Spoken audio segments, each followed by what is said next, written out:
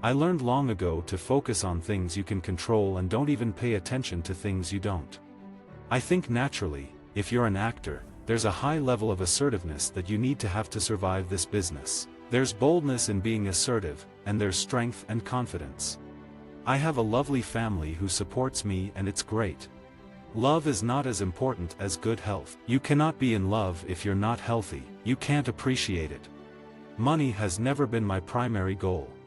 When you're an actor in grade school, high school, college, whatever, you start to realize what you're really good at, what you're kinda good at, what you're okay at, and you start to compartmentalize. But if you know yourself and what you're capable of, it's just a matter of opportunity.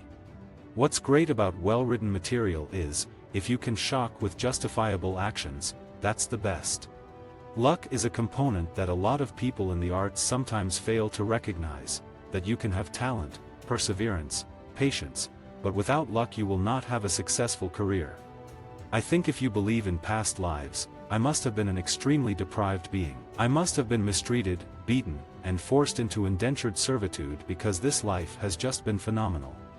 You don't want to be a Kardashian.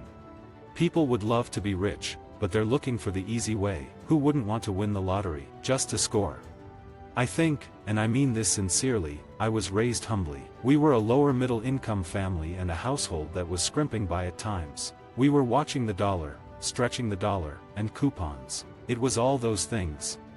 Given the right set of circumstances, any one of us could become dangerous, so why not show that in our programs? Love between two adults is always conditional. You can fall out of love because you are able to fall in love. I look like everyone. The imagination is part of the arsenal that actors draw from. If you're a person who complains about everything all the time, then you're just the boy who cried wolf. But if you do it on occasion and about the right reasons, then people listen. We've been trained since kindergarten: be nice, be kind, share, put on a smile. So we're conditioned to squash our natural selfish instincts, and that's the right thing for society. I'm pretty handy. I do a lot of things around the house, and I actually enjoy it. I don't have spare time. Danger is cool.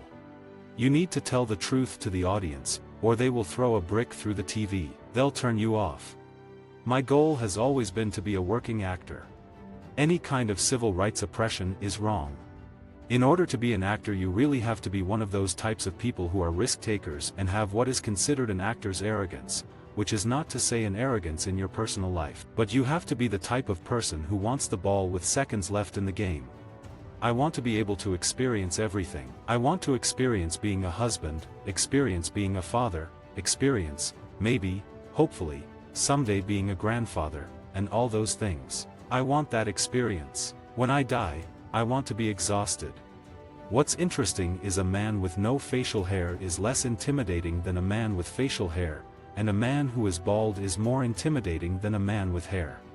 This self-congratulatory notion Americans have that their country is number one is born of ignorance and bad manners.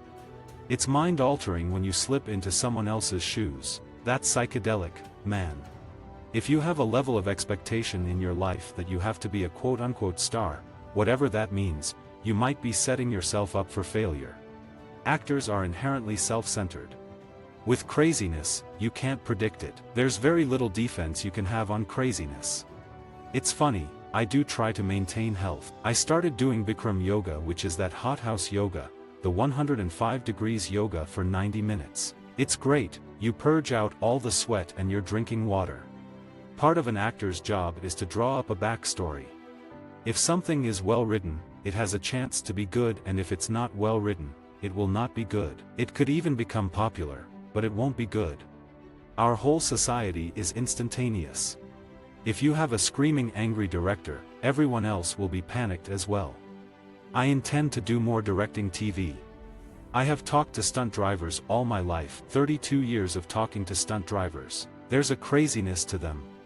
I appreciate my role as an actor much more after I direct because it's just easier. At my age, I don't think anyone is untouched by cancer.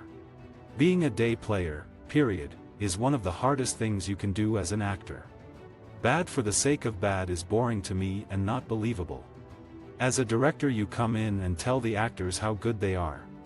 I don't really relax. When I sleep, I relax.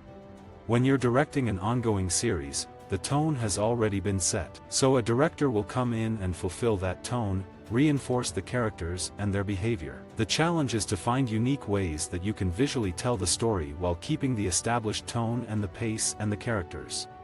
There's so many things that can go wrong in the execution of a project like a television show or a movie, so many little elements, any number of things, all the way to marketing, like they could market it poorly and nobody finds it and down it goes.